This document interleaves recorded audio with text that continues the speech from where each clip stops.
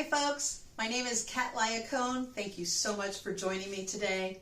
Today we're going to be talking about 5 ways to check your ego.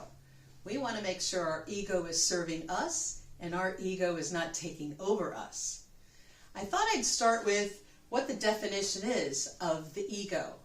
In the 1930s, Sigmund Freud started researching the personality, and he identified 3 different forms of the ego. The first one is called the ID, and this is the one that we're born with. It's our primal instincts to know that we need to be fed to survive, so a survival mode. The next one is the ego, is when we begin to learn social norms and we're able to control ourselves. So I would say maybe a good example of this would be a toddler who's already been potty trained, and they happen to be on a ride with family, and the child says, I need to go to the bathroom. And the parents let them know, well, you can't go right now, but give us just a few minutes and we'll be able to bring you to the restroom. And the child understands, knows, and waits those few minutes until they're able to get to a restroom to appropriately use the bathroom. And then the last one is called the superego. The superego wants to know that what we are doing is morally right and good. So, the ego is the center, which we're going to be talking about today. And the ego frequently has to straddle between these two. So, the primal request of, I'm hungry, I need to go to the bathroom, I want to do something now. And the superego that says, wait a minute, is that right? Is that morally good for us? When the ego knows it's trying to survive in the midst of that. So let's see what we can do about checking our own ego. So one of the first things we acknowledge about the ego is that it wants to be right. That's one of its characteristics.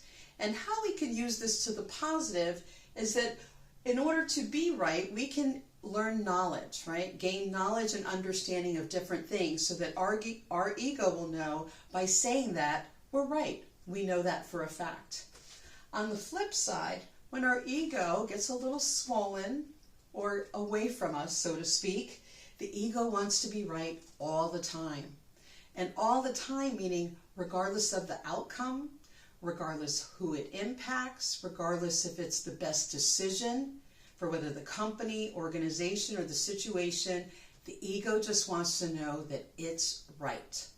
So that's where it can go over on the other side and not be as healthy for us when we think that way. Now, another thing we can check on is our competitive spirit. Again, this competitive spirit can motivate us. For me personally, I like to compete against myself to see how far I can stretch myself. And to me, I think that's a healthy ego. I also have to watch the other side, right? So to the extreme on the ego for this would be jealousy and envy. And it would be wanting something merely because someone else has it, not because there's a true desire in ourselves to want it. An example might be when your neighbor pulls in the driveway and they just bought a brand new shiny car and it's in the driveway. And you like your current vehicle. Maybe it's only a couple years old, it's treated you well, you like driving it. But as soon as you see your neighbor pull in with that shiny new vehicle, there's an overwhelming egotistical sense that says, I now have to get a shiny vehicle because my neighbor has one. So that's a way that the ego can affect us negatively. The next thing to check on is focusing on ourselves. Now, it's healthy for the ego when we focus on ourselves in a positive way, that we're comfortable in our own skin, that we're okay with being alone for periods of time, and we don't always have to be around someone else in order to be happy or to be satisfied. That's a healthy ego. When it becomes unhealthy is when we're isolating ourselves and we're really not collaborating with other people and not compromising, and because, perhaps if someone's living alone because they don't have to compromise when to take a shower, to use the bathroom or food or anything like that, then they get to stay within themselves and just do exactly what they want. So sometimes to extremes, it can be unhealthy. Another way to check, and part of the ego, is goal setting.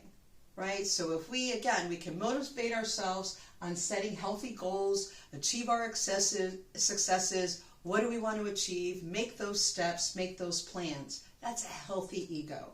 Where it turns unhealthy is when we set the bar so high that even we ourselves can't achieve it. An example might be someone says, I'm not going to go to that party because I won't be the smartest person in the room. And if I go to a party, I need to know I'm the smartest person. Or maybe it's the richest person, the prettiest person, whichever that case might be. That's the ego saying that it needs that to be fed, that type of validation in order to be happy. That's a sign of an unhealthy ego. And then the fifth one is the ego and how it shows empathy. Now, how we can view this is even the ego knows after a while something happens and we don't want it to happen to us. So if anything, we should be able to be empathetic by understanding someone else's situation. But in an unhealthy way, that ego can show no empathy whatsoever for another person, regardless of their circumstance. In fact, a negative ego can actually even go to the extreme to say that the person deserved whatever happened to them.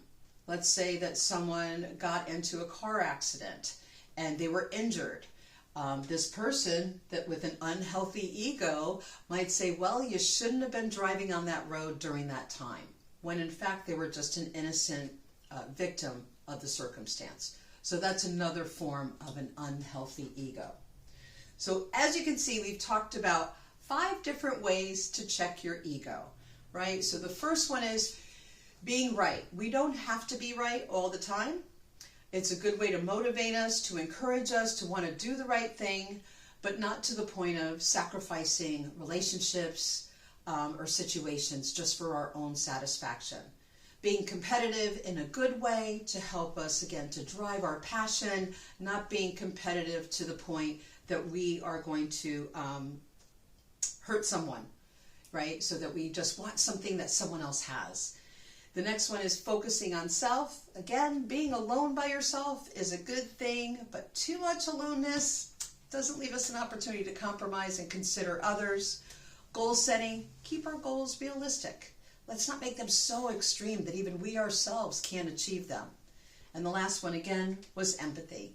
We want to make sure that we can be empathetic to others in their situation. There's many times we ourselves go through things, and we would like people to offer us the same. So I hope that gave you a little insight on how to check your ego. I trust that you're going to take these and do very well by them. Thanks again for watching my video. I really appreciate it. If you like it, please like, subscribe, and I hope to see you again soon. Thanks, folks.